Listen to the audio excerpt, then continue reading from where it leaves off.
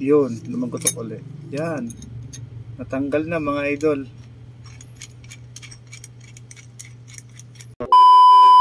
So yun mga lods, ito po yung ating pang press para sa headset saka po sa bottom bracket. Yan. Bali mga lods, ito po yung kasama niyan. Tapos ito mga lods, ito po yung nilalagyan ng ito yung cap ng bearing para po sa headset po na 44mm. Tapos ball bearing lang po ito. Saktong-sakto po siya dito sa may pinakang may ganito niya. Kaya yan po, nakalak na po siya. Yan, nilagay ko na po yan dyan. Tapos, mga idol, 14 po na combination o open wrench. Yan. Para magamit po natin dito mamaya. Tapos, ito mga lods, yung aking ginawa nung nakaraan na pinutol ko yung pinakang steering tube ng fork. Yan. Ito po kasi mga lods, dalawa ang pinutol ko dyan. Ito naman po yung handlebar. Yan, pinutol ko po yung handlebar. Ito po yung steering tube. Bali, ito po kasi nung una kong sinukat dito sa bottom bracket na to, nakalimutan ko na kung anong brand nito eh. Bali, luma lang to.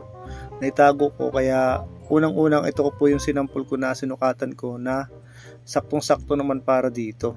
Yan. Ngayon, nung kinuha ko itong sagmit, masikip para dito, kaya gumawa ko ng panibago.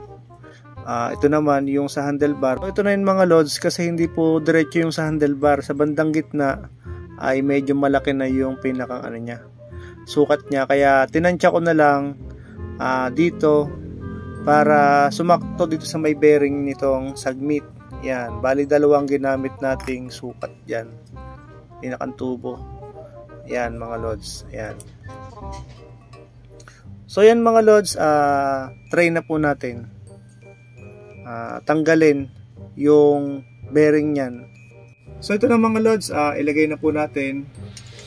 Yan, ganyan. Bali ito na po yung dito na po nakaharap yan. Yan, ito na po. Tapos ito na po yung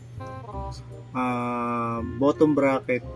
Bali ito mga lods, ito yung uunahin nating isampol. Ito kasi mga lods, kailangan maigit na natin dito. Yan, kailangan saktong-sakto siya para kapag tumulak, makakalabas siya dito. Yan, kailangan magitna po siya. Yan, lagay na po natin.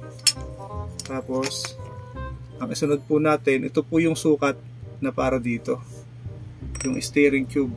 Yan. Tapos ito mga lods, next na po natin to.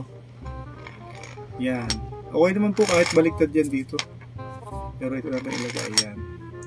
Tapos itong washer, okay. Tapos ito na po. So yan mga lods, habang humihigpit po yan, kailangan siguraduhin po natin na nakagitna po itong cap ng itong pang headset na DIY natin dito sa bottom bracket, para pag nag-press yan, saktong makakalabas po yung bearing na galing dito sa bottom bracket. Ayan po. Yan mga lods. Okay. Okay mga lods.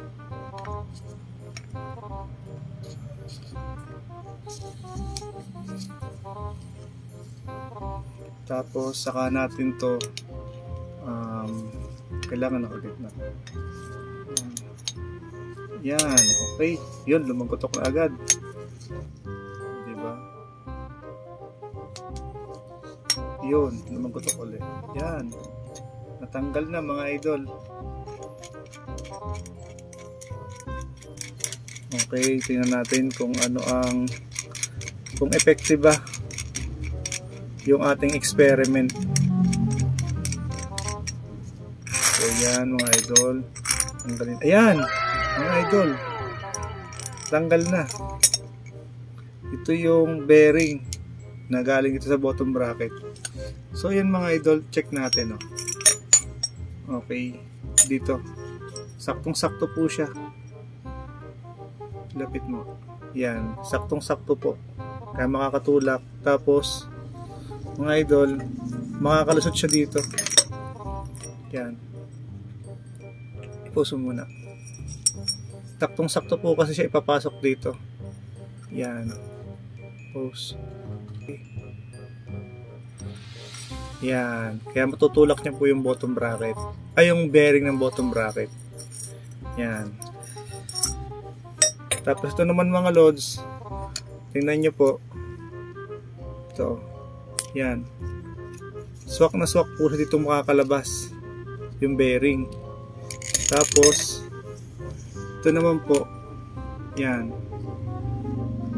okay, nakapatong siya dito sa ibabaw. Tapos ito yung malalim, saktong makakalus dyan yung bearing. Okay po.